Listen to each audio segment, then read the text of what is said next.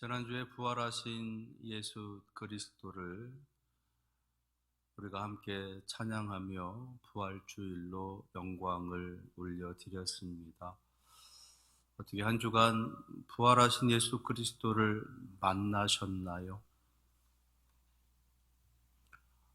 여러분들에게 평강을 주시기 위해서, 성령의 충만함으로 이끌어 주시기 위해서 여러분들의 삶에 오셔서 지키시고 보호하시고 인도해 가시기 위해서, 그리고 여러분들에게 사명을 다시 회복하시기 위해서 오신 예수 그리스도, 그 예수 그리스도께서 도마라는 사람에게 마지막 하셨던 말씀, 믿음 없는 자가 되지 말고 믿는 자가 되라. 보지 않고 믿는 자는 복되도다 라고 하시는, 그래서 우리의 믿음을 통하여 우리에게 복으로 약속해 주고 계시는 그 예수 그리스도, 어떻게 만나셨는지 모르겠습니다. 사람들은 예수님을 만나려고 합니다. 왜냐하면 예수님께서 누구이신지를 알고 있기 때문이지요. 오늘 함께 읽은 요한복음은 그 예수님에 대해서 우리에게 예수님은 이러한 존재이다라고 하는 것을 알려주고 있습니다. 그 시작은 태초에 말씀이 계시니라라고 하시는 말씀으로 시작해요. 태초에 말씀이 계시니라, 이 구절은 창세기 1장 1절과 많이 연결되어져 있는 말씀이시지요. 태초에 하나님이 천지를 창조하시니라, 태초에 말씀이 계시니라 라고 하는. 그런데 놀라운 것은 오늘 요한복음 1장에서는 그 말씀이 하나님과 함께 계셨고, 심지어는 그 말씀은 곧 하나님이시다 라고까지 말씀하고 계시는 겁니다. 하나님께서 태초에 말씀으로 세상을 창조하시는데 그 말씀이 곧 하나님이시다라고 하는 것을 우리에게 알려주고 계십니다. 그래서 요한복음은 바로 그 예수님이 말씀이시고 그 말씀이 곧 하나님이시다, 그러니까 예수님이 곧 하나님이시다라고 하는 것을 우리에게 알려주고 있습니다. 성경에는 크게 4권의 복음서가 있습니다. 잘 아시는 대로 마태복음, 마가복음, 누가복음, 그리고 요한복음, 이 4가지 복음서가 있어요. 마태라는 제자가, 마가라는 제자의 제자가, 또 누가라는 제자의 제자가, 그리고 요한이라는 제자가 이제 예수 그리스도에 대한 기록을 적어서 남겨두고 있는 겁니다. 4권의 복음서, 마태복음에서는 왕으로 오신 예수 그리스도, 마가복음에서는 종으로 오셔서 섬기시는 예수 그리스도, 누가복음에서는 인간으로 오시는 예수 그리스도, 그리고 요한복음에서는 하나님이신 예수 그리스도를 우리에게 알려주는 거예요. 그런데 이 초대교회 당시에 이 복음서가 이 4가지만 있었느냐? 그렇지 않다는 겁니다. 이외에도 많은 복음서들이 있었습니다. 베드로 복음서도 있었고요. 그리고 안드레 복음서도 있었고, 또 도마 복음서도 있었고, 유다의 복음서도 있었고, 그 외에 많은 다른 복음서들이 그 당시에는 있었습니다. 그런데 그 많은 복음서들 가운데서 하나님께서는 특별히 이 4권의 복음서만 남겨두셨어요. 그리고 그것을 우리에게 이제 전달되도록 하셨다는 겁니다. 그 많은 복음서들 가운데 이 4권만 남겨두신 데에는 특별한 하나님의 뜻이 담겨져 있는 거지요. 오늘 함께 살펴보게 될 이 요한복음은 바로 그 하나님의 뜻을 우리에게 먼저 알려주고 있는데, 그 첫 번째 뜻은 바로 예수님께서 하나님이시다라는 것. 그리고 예수님께서 하나님 되심에 대한 것을 오늘 말씀 속에서 세 가지 단어로 우리에게 표현해 주고 계십니다. 말씀, 그리고 생명, 그리고 빛이라고 하는 이 세 가지 단어를 통해서 예수님께서 하나님이시다라는 것을 알려주세요. 함께 읽은 말씀처럼 말씀이 하나님과 함께 계셨고 이 말씀은 곧 하나님이시다. 그 말씀 안에 생명이 있었다. 그리고 그 생명은 사람들의 빛이다. 그러니까 말씀과 생명과 빛이라고 하는 것이 서로 하나로 연결되어져 있고 바로 그분이 예수 그리스도이시다라는 것이에요. 그래서 예수님께서 가시는 곳은, 예수님께서 임하시는 곳은, 예수님께서 나타나시는 곳에는 언제나 말씀이 있고 생명이 있고 빛이 있다는 겁니다.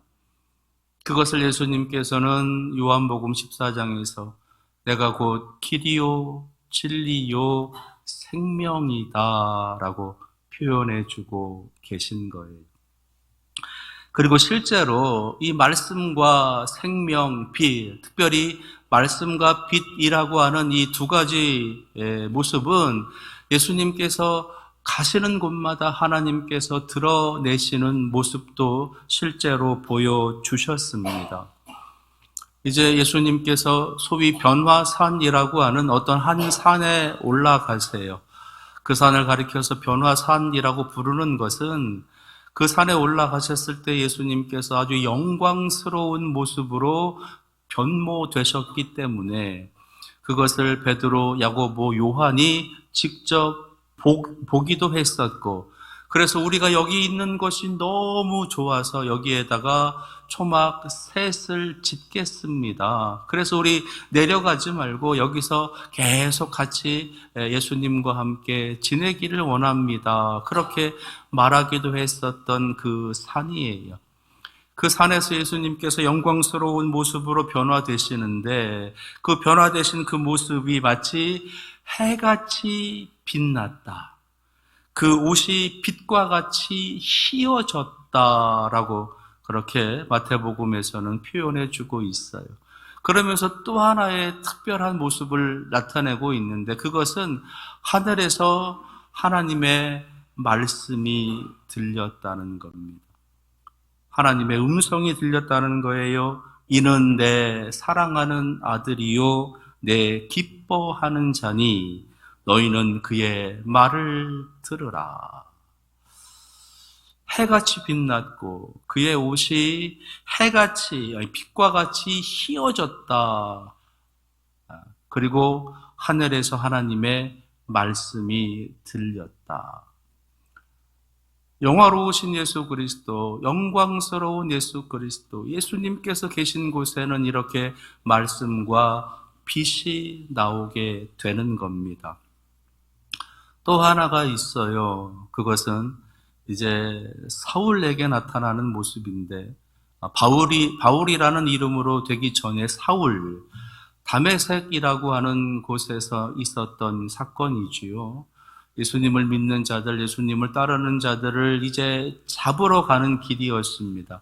다메섹이라고 하는 곳까지 쫓아가서 그들을 잡으려고 하는 그 길 도중에 예수님을 만나는, 이 사울이 예수님을 만나는 그런 사건이 있습니다. 그때 이 사울이 예수님을 만날 때 환한 빛을 보았다 그랬어요.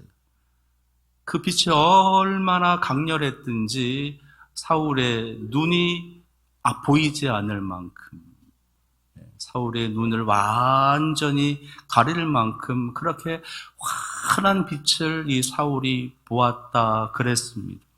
그러면서 동시에 음성이 들렸다는 거예요. 사울아, 사울아, 어찌하여 네가 나를 박해하느냐? 어찌하여 네가 나를 핍박하느냐? 그 음성을 듣고 누구십니까? 이 사울이 질문을 하고 거기에 예수님께서 네가 핍박하는 예수다. 이 장면에서도 예수님께서 나타나시는 모습은 환한 빛으로 도저히 바라볼 수 없는, 자신의 시력까지도 완전히 상실해버리게 되는 큰 환한 빛으로 나타나시고 말씀으로 임하셨다라는 거예요. 예수님께서는 말씀으로 그리고 빛으로 나타나시고 임하시는 겁니다. 우리가 살아가는 삶 속에서 예수님을 만나면 말씀으로 임하시는 예수님을 만나는 것이고 빛으로 임하시는 예수님을 만나게 되는 것이에요. 여기서 빛이라고 하는 것은 이 세상에서 보게 되는 이런 빛이라고 하는 의미도 있지만 그보다는 영적인 의미에서의 빛을 이야기하는 겁니다. 눈이 있어도 보지 못하는, 눈이 있어도 알아볼 수 없는 그런 어떤 영적인 어두움 가운데 있는 사람에게 예수 그리스도께서 오시게 되면 그 눈이 열려진다는 거예요. 그래서 하나님께서 보시는 것을 볼 수 있게 되고 예수님의 마음이 가 있는 것을 볼 수 있게 되고 하나님께서 원하시는 것이, 예수 그리스도께서 원하시는 것이 무엇인지를 볼 수 있게 된다는 겁니다. 어디로 가야 될지, 무엇을 해야 될지, 어떻게 살아가야 될지, 여기가 옳은지 저기가 옳은지 계속 방황하며 이리저리 떠돌아다니는 그러한 인생에 분명한 방향을, 분명한 길을 제시해 주시면서 환한 빛으로 우리를 이끌어 가신다는 것입니다. 그래서 예수님을 만나는 자들은 길이고 진리고 생명을 발견할 수 있게 되는 겁니다. 더 이상 여기저기를 헤맬 필요가 없이 그 길을 따라서 굳건히 가기만 하면 되는 그러한 환한 빛을 보게 되는 거예요. 그래서 시편에 있는 말씀 속에서는 주의 말씀은 내 발의 등이요 내 길의 빛이니이다 라고 찬송하고 있는 겁니다.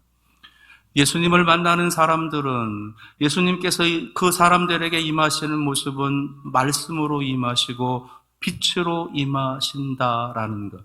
특별히 우리 교회가 올해 말씀 통독을 하고 있어요.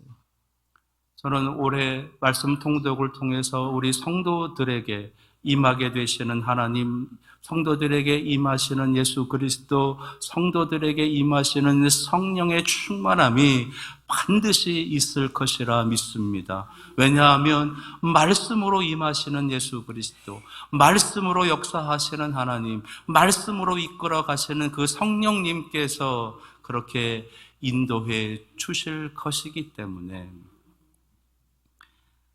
그런 말씀을 받는 자들은 어디로 가야 될지를 아는 거지요.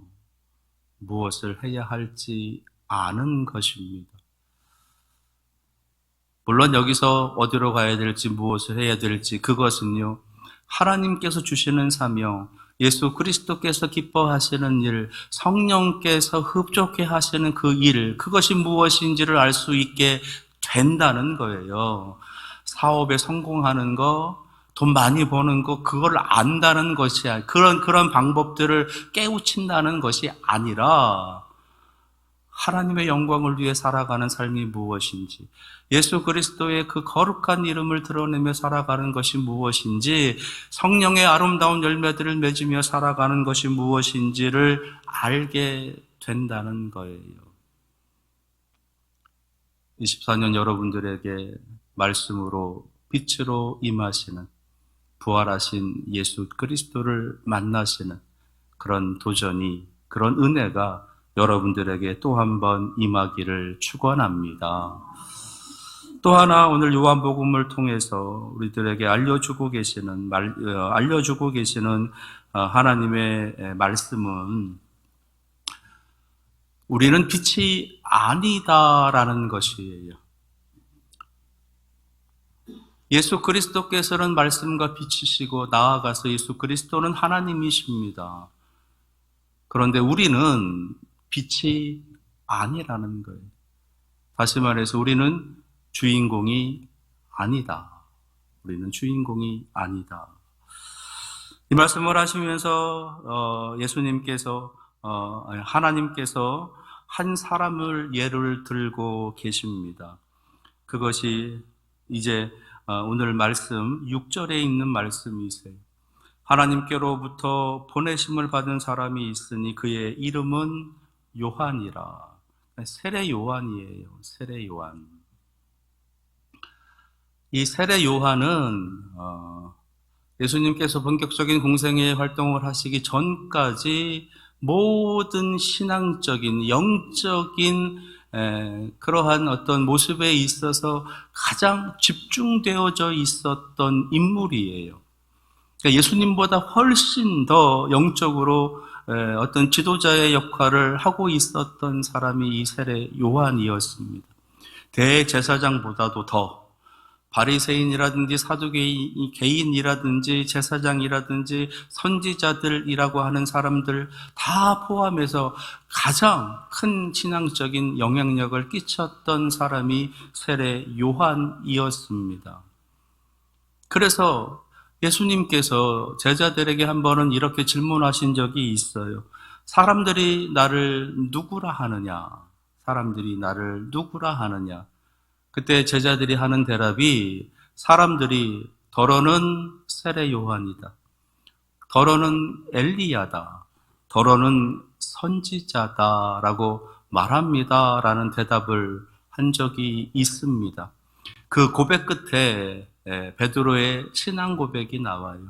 주는 그리스도시요 살아계신 하나님의 아들이십니다. 이 고백이 이제 그 질문 끝에 나오는 것인데 예수님께서 사람들이 나를 누구냐라고 물어봤을 때 제자들이 하는 대답은 사람들이 세례 요한이라고도 합니다 라는 대답을 했다는 것이에요. 그 말은 세례 요한이라고 하는 사람의 어떤 영적인 영향력이 그 시대의 그 사람들에게 널리 퍼져 있었다라는 거예요. 그리고 실제로 세례 요한이 예수님께서 하셨던 말씀과 똑같은 말씀을 선포하십니다. 회개하라, 천국이 가까이 왔느니라 라는 하나님의 말씀을 선포했을 때에 많은 사람들이 세례 요한에게 나와서 세례를 받았다는 거예요. 그래서 그 요한의 이제 마치 별칭이 세례가 되는 겁니다. 그래서 세례 요한이라고 부르는 거예요. 저 요한에게 가서 세례를 받으면 우리의 죄가 씻음을 받고 우리가 구원을 얻을 수 있다라는 그런 믿음으로 그 세례 요한 앞에 나왔던 거예요. 심지어는 바리새인들까지도 사두개인들까지도 그 세례 요한을 찾아왔다는 거지요. 그러면 그들이 왜 그렇게 세례 요한에게 집중하고 그렇게 열광하고 있었을 것이냐라는 겁니다. 그것은 그 당시 이스라엘 전체, 이스라엘이라고 하는 그 신앙 공동체의 전체에 내려오고 있었던 큰 사상 때문에 그래요. 그것이 무엇이냐? 메시아 사상입니다. 이스라엘이 멸망한 후에 이제 신구약 중간기, 신구약 암흑기가 찾아와요. 그 기간이 한 400년이 되는데, 그러니까 말라기에서 마태복음까지의 간격이 400년입니다. 그 기간 동안 하나님의 말씀이 나타나질 않아요. 그래서 그 시기를 이제 암흑기다, 흑암기다라고 그렇게 부릅니다. 그런 시대를 보내면서 이스라엘 백성들 안에 무엇이 있었냐 하면 우리들에게 아무 말씀은 안 하시지만 마치 하나님께서 저 옛날 애굽에 있었던 백성들을 430년 동안 그곳에서 지내게 하시면서 아무런 말씀들을 안 하셨던 것처럼 지금도 우리에게 아무런 말씀을 안 하시지만 모세와 같은 선지자를 우리에게 보내주셔서 반드시 우리 민족을, 우리 나라를 구원해 주실 것이다. 모세와 같은 선지자 그 한 사람을 우리에게 보내시는데 그 사람이 바로 우리의 구원자다, 우리의 그리스도다, 우리의 메시아다라고 하는 그러한 신앙이 내려오고 있었다는 거예요. 그것을 이사야도 예언을 했고 예레미야도 예언을 했고 에스겔도 예언을 했고 다니엘도 예언을 했고 성경에 나오는 선지자들이 대부분 그 메시아를 예언을 합니다. 그래서 그것을 그들이 기다리고 있었던 것이에요. 그러던 끝에 세례 요한이 나오는 거예요. 회개하라. 천국이 가까이 왔느니라.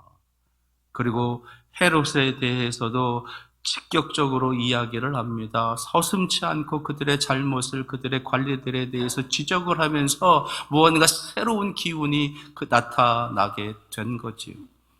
그것을 바라보면서 많은 사람들은 세례 요한이 메시아다, 세례 요한이 우리의 구원자다라고 하는 그런 생각을 하게 되었던 거예요. 근데 오늘 요한복음에서는 바로 그 세례 요한을 의도적으로 지적을 하면서 그는 빛이 아니다. 다른 복음서 마태마가 누가복음에서는요, 이 세례 요한 자신이 스스로 그렇게 고백하는 그런 내용을 적어 놓습니다. 내 뒤에 오시는 분이 메시아다. 내 뒤에 오시는 분이 그리스도다.